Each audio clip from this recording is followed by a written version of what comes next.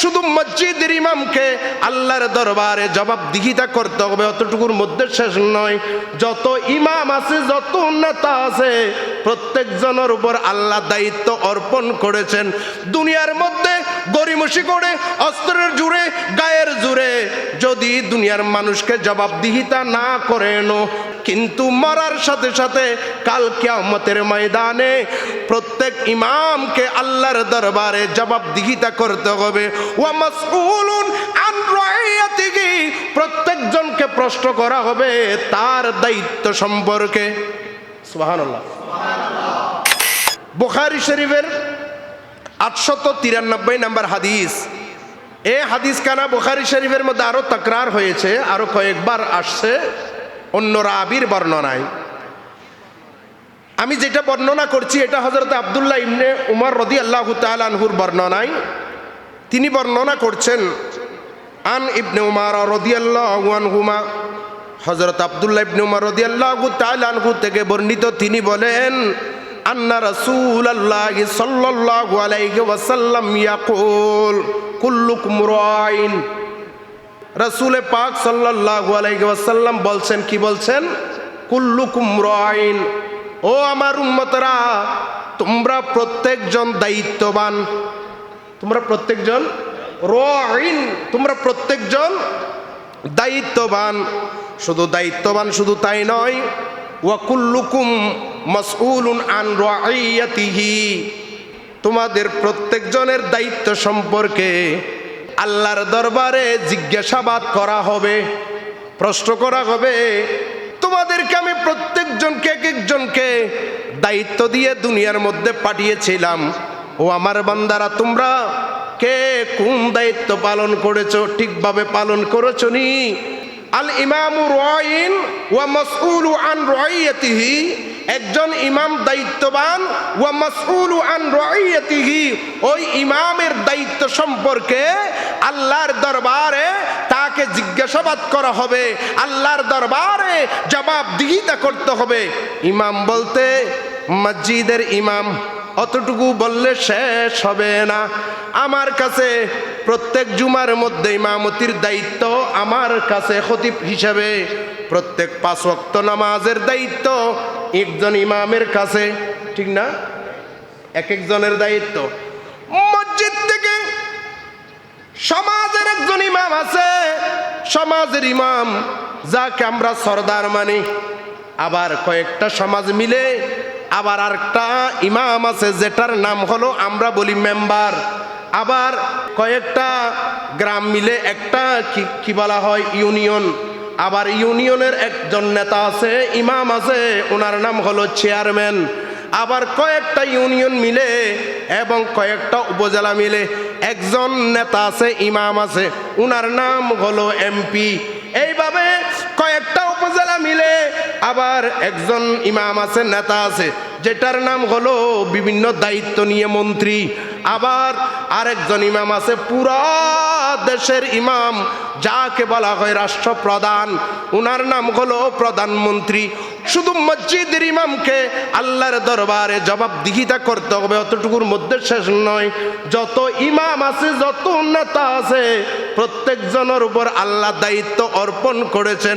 দুনিয়ার মধ্যে গরিমসি করে, অস্ত্রের জোরে, গায়ের জোরে যদি দুনিয়ার মানুষকে জবাবদিহিতা না করেন, কিন্তু মরার সাথে সাথে কাল কিয়ামতের ময়দানে প্রত্যেক ইমামকে আল্লাহর দরবারে জবাবদিহিতা করতে হবে। ওয়া মাসউলুন আন রাইয়াতিহি, প্রত্যেকজনকে প্রশ্ন করা হবে তার দায়িত্ব সম্পর্কে। সুবহানাল্লাহ। প্রথমে কি বলছিলাম? আল ইমামুর রাইন মাসউলুন আন রাইয়াতিহি। মসজিদ থেকে ধরি, কোনখান থেকে?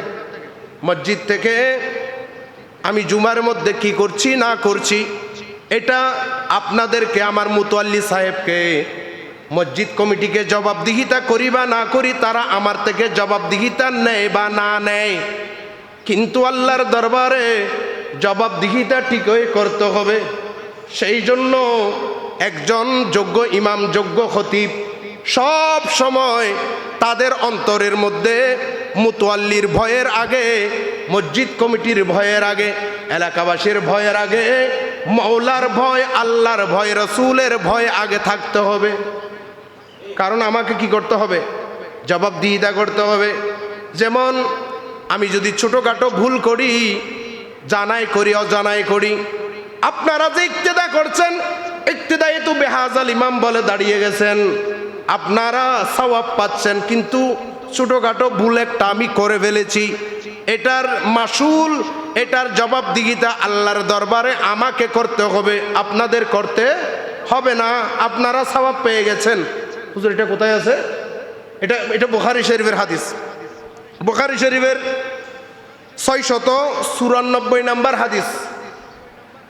আন আবি হুরায়রা আন্না রাসূলুল্লাহি সাল্লাল্লাহু আলাইহি ওয়াসাল্লাম ক্বাল, হযরত আবু হুরায়রা রাদিয়াল্লাহু তাআলা আনহু থেকে বর্ণিত, তিনি বলেন রাসূল পাক সাল্লাল্লাহু আলাইহি ওয়াসাল্লাম ইরশাদ করেন, ক্বালা ইউসাল্লুনা লাকুম, বলে তোমাদের ইমামরা যখন ইমামতি করে, তোমাদের ইমামরা, তোমরা যাদেরকে ইমাম বানিয়েছো, খতিব বানিয়েছো, ইমাম বানিয়েছো, তারা যখন ইমামতি করে, ফাইন আসাবু ফালাকুম, যখন তারা সঠিকভাবে আদায় করে, তখন সেটার সওয়াব সেও পাবে, তোমরাও পাবে।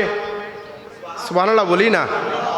ইমামও পাবে, তোমরাও পাবে।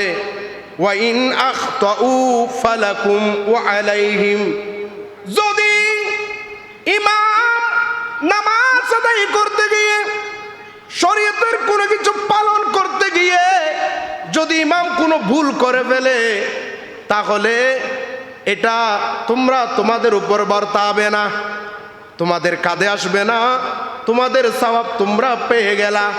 ওটার ভুলের জবাবদিহিতা গুনাহগার হবে কে? ইমাম। এটা বুখারীর হাদিস। ইমাম আবু হানিফা রাহমাতুল্লাহ আলাইহি বলেন, এখানে কোন খতা, কোন গুনাহ, কোন ভুল? বলে ছোটোখাটো যেই ভুল হয়, ছোটোখাটো যেই ভুল হয়। আমার মূল কথা হলো, আপনাদেরকে হিসাব দেওয়ার আগে আমাকে আল্লাহর দরবারে, আপনাদের ভয়, আপনারা কি বলছেন না বলছেন, এটা শোনার আগে আমাকে আল্লাহর ডর, আল্লাহর ভয়টা প্রথমে রাখতে হবে। সেই জন্য আমাকে যা সত্য তা বলতে হবে, যা কোরআন হাদিসে আছে তা বলতে হবে। অনেক মসজিদ আছে ইমামের খতিবের জবানের স্বাধীনতা, বলেন না, স্বাধীনতা নাই। আমি যখন এই মসজিদে প্রথম জুমা পড়ালাম, এর পরের জুমায় আসলাম, নির্বাচিত হয়ে গেলাম, আমাকে রাখার আগে আমাদের মুতওয়াল্লি সাহেব এবং মসজিদ কমিটির যারা রয়েছেন, বিশেষ করে মঞ্জু ভাই, আনোয়ার ভাই, যারা আছে আর কি ইত্যাদি, সকলে বসলেন। সকলে বলছেন কি, হুজুর কোরআন হাদিসে যা আছে তা আপনাকে বলতে হবে, আপনি বলবেন। এইখানে দুষ্টা কার দিকে যাচ্ছে, কার গায়ে পড়তেছে, এইগুলি আপনি তাকাবেন না। এটা হলো স্বাধীনতা। সুবহানাল্লাহ বলি। অনেক সময় অনেক কথা বলতে গিয়ে হয়তো মুতওয়াল্লি সাহেবের দিকে পড়তে পারে, হয়তো মসজিদ কমিটির কারো দিকে পড়তে পারে, হয়তো এলাকার কোনো প্রভাবশালীর দিকে পড়তে পারে। এমনকি এমন কতগুলি ওয়াজ আছে যে এইগুলো আমার দিকেও পড়তে পারে, কিন্তু আমার নিজের দিকে তাকিয়ে আমি সঠিক কথাটা বললাম না। না বলার কারণে আপনাদেরকে জবাবদিহিতা করার আগে আমার আল্লাহকে, আমাকে জবাবদিহিতা করতে হবে। কারণ ওয়া মাসউলুন আন রাইয়াতিহি, আল্লাহর দরবারে আমাকে জিজ্ঞাসাবাদ করা হবে।